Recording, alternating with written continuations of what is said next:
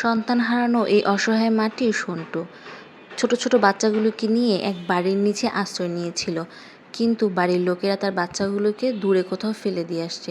সন্টু তো আর খুঁজে পাচ্ছে না, সে মানুষের মতো বলতেও পারতেছে না যে আমার বাচ্চাগুলো তোমরা কোথায় নিয়ে ফেলে দিছো। তো বারবার সে আমাদের কাছে সাহায্য চাচ্ছিল, যেহেতু প্রতিদিন আমরাই ওদেরকে খাবার দিতাম। তো আমরা ওর হয়ে মানুষের কাছে কালকে জিজ্ঞেস করতেছিলাম যে আপনারা কোথায় ফেলাইছেন। অনেক চেষ্টার পর অবশেষে আমরা জানতে পারলাম যে পাশের একটা এলাকাতেই তারা বাচ্চাগুলোকে ফেলে দিয়ে আসছে। তো যাই হোক, আমরা চেষ্টা করলাম যে যেহেতু সন্টু আমাদের পালিত হয়ে গেছে, ওরে কোনোভাবে যেন বাচ্চার কাছে একটু নিয়ে যেতে পারি।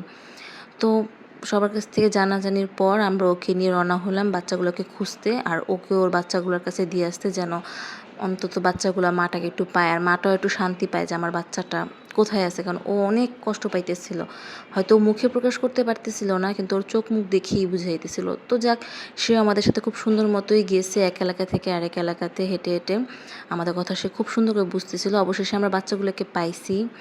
4টা বাচ্চা এত ভীত অবস্থায় ছিল, হয়তো দেখেই বুঝতে পারতেছেন ওরা, মানে আমরা যাওয়ার পর এমন চিল্লাচিল্লি এত কান্নাকাটি করতেছিল, মানে ওরা মনে হয় জান ফিরে পাইছে যে যাক আমার মাকে মানে তোমরা আয়না দিছো। বা মাটাও এত মানে খুশি হয়েছিল, মানে বলার বাইরে, দেখেই বুঝাইতেছে যে বাচ্চাগুলোকে পেয়ে এসে আদর করা শুরু করে দিয়েছিল, যে অবশেষে সে তার বাচ্চাগুলোকে পাইছে।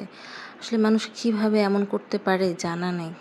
অসহায় এই ছোট্ট বাচ্চাগুলোকে আল্লাহ হেফাজত করুক, সবাই ওদের জন্য দোয়া করবেন।